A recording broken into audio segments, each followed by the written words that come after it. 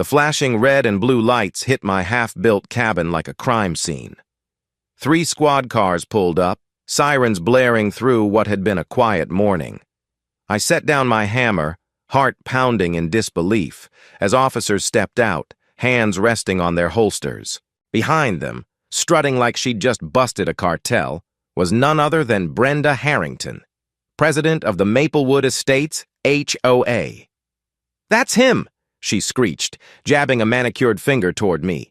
"That's the squatter who's illegally building on protected HOA land." The lead officer, tall with silver at his temples, approached carefully. "Sir," he said, voice steady but cautious, "I'll need to see some ID and any permits you've got for this construction." I slowly reached into my back pocket, pulling out my wallet and a folder I'd started carrying everywhere, because of Brenda. "Officer Davidson," I said, glancing at his name tag, "I think there's been a misunderstanding. This is my property." Brenda stomped forward, face red and furious. "Don't listen to him. This entire lakefront is part of the Maplewood Estates community. I have documentation." Officer Davidson lifted a hand to quiet her and started flipping through my papers. One by one, his eyebrows climbed. Deed, property survey, water rights dated all the way back to 1922.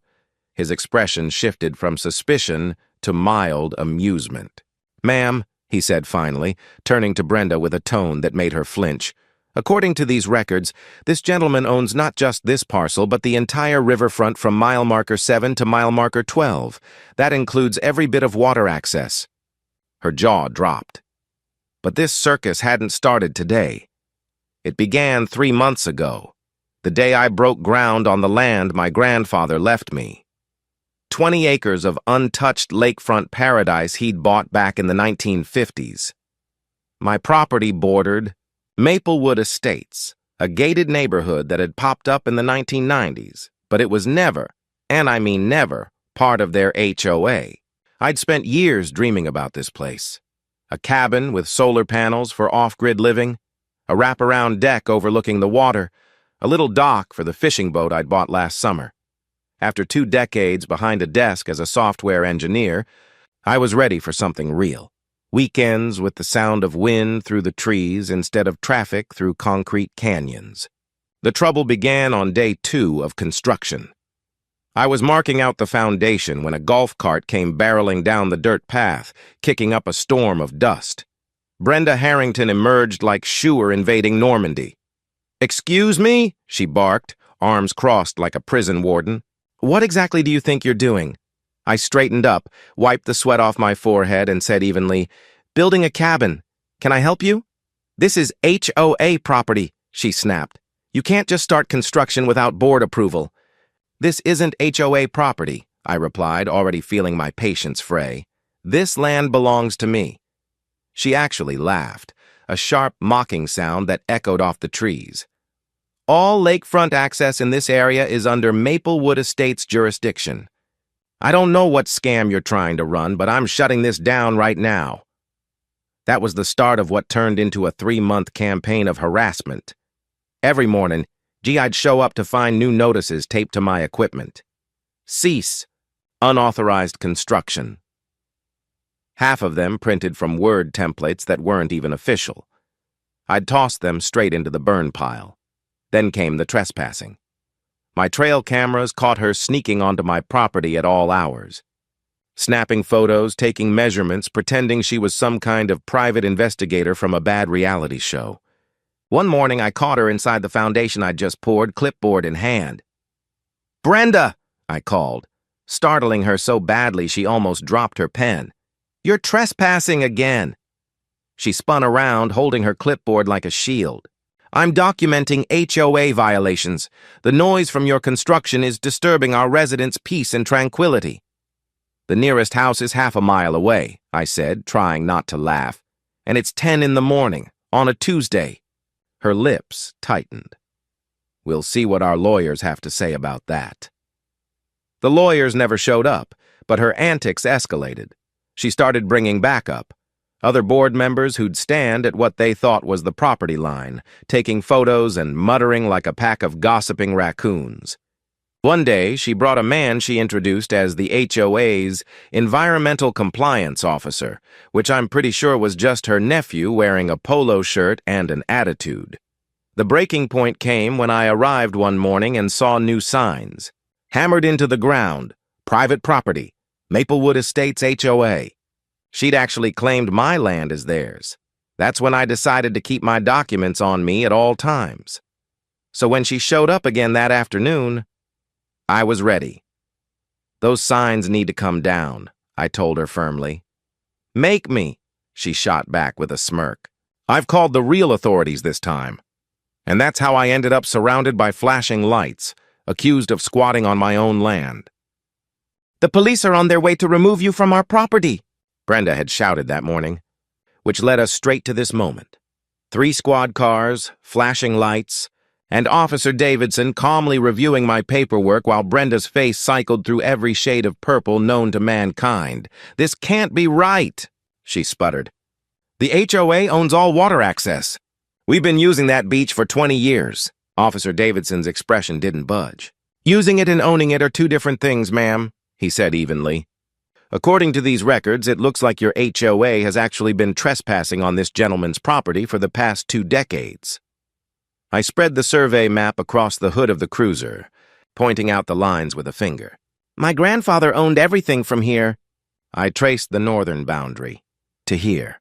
That includes the beach your residents use, the hiking trail, and even the boat launch. Brenda's jaw opened and closed like a startled fish, her clipboard trembling in her hands. The other officers gathered around, trying and failing to hide their smirks. One of them muttered something about another one of those HOA presidents, and the rest nodded knowingly. But we maintain that beach, Brenda protested desperately. We pay for sand deliveries and upkeep every summer. On my property, I said calmly. Without permission.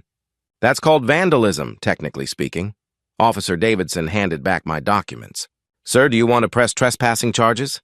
Sounds like this has been going on for a while. I pretended to think it over while Brenda's face drained from purple to ghost white. Not this time, officer, I said finally. But I'll be putting up official boundary markers and no trespassing signs. Anyone crossing them after today will be prosecuted. You can't do this, Brenda shrieked. The whole community uses that beach. Our property values depend on lake access. I shrugged. Should have thought of that before you tried to steal my land. The officers gave her a stern warning about filing false police reports before driving off. Brenda just stood there, clutching her clipboard, watching her little empire crumble like stale coffee cake. By that evening, word spread through Maplewood Estates faster than wildfire in August. My phone wouldn't stop ringing. Board members, neighbors, residents. Everyone wanted to talk about the lake access situation.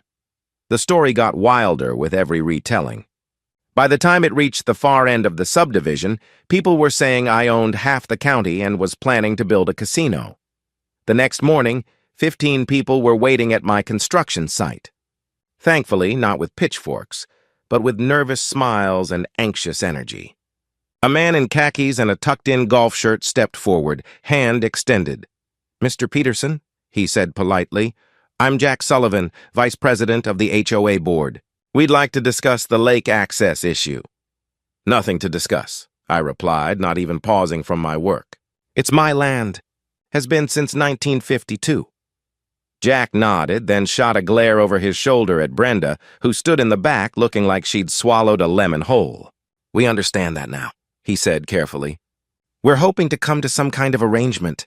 The community has been using that beach for decades. And I've been paying taxes on it for decades, I countered. Funny how no one mentioned that when they were dumping sand on my beach. A woman in yoga pants spoke up, guilt all over her face. We didn't know. Brenda told us the HOA owned everything down to the water line. More glares. Brenda seemed to shrink where she stood, all that bluster gone. Jack cleared his throat. We'll be holding an emergency board meeting tonight. The residents deserve to know exactly what property we actually control. Brenda, I think you should prepare a full report explaining how this misunderstanding occurred. That meeting, from what I later heard, was pure chaos. My nearest neighbor, Tom, a good guy who lived right on the border of Maplewood Estates, Gave me the play-by-play the next day. "You should have seen it," he said, leaning over the fence. People were furious. They demanded to know how Brenda could have gotten something this big so wrong. Turns out she never even looked at the property records. She just assumed the HOA owned it because they maintained it. He chuckled, shaking his head. First time I've ever seen people yell at a board meeting, other than Brenda herself. She tried blaming everyone, the previous board, the county, and even you for not correcting her sooner. But nobody was buying it. The vote of no confidence was unanimous, minus hers, of course. She was removed as president on the spot. Jack's running things now. I thought that might be the end of it. I was wrong. 3 days later, I started putting up my fence.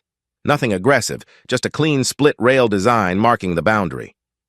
My lawyer had advised adding proper private property, no trespassing signs too. So I did. That's when Brenda made her final mistake. At 2 in the morning, my trail camera caught her trying to yank out my fence posts, using her Mercedes. The bumper got tangled in the wire, and she ended up dragging 50 feet of fencing before her car nosedived into a ditch. This time, I pressed charges, destruction of property, trespassing, and vandalism. The judge was not amused. In court, Brenda looked small, stripped of her authority and arrogance. The footage from my cameras played on a big screen for everyone to see. "Mrs. Harrington," the judge said, peering over his glasses, "you've demonstrated a disturbing pattern of harassment and criminal behavior. Quite shocking for someone in a position of community leadership, or former leadership, I should say. The verdict hit her like a truck, $12,000 in fines, plus restitution for the damage to my fence, 200 hours of community service, and a restraining order keeping her 500 feet away from my property." Her face was a portrait of disbelief. $12,000, she gasped. "But I was protecting our community." The judge slammed his gavel with finality. "You weren't protecting your community, Mrs. Harrington. You were protecting your ego. Consider yourself lucky I'm not adding jail time." The courtroom went silent except for the sound of that gavel echoing one last time, and just like that, the Queen of Maplewood Estates fell from her throne. All because she couldn't stand the idea that someone else owned the view she thought was hers.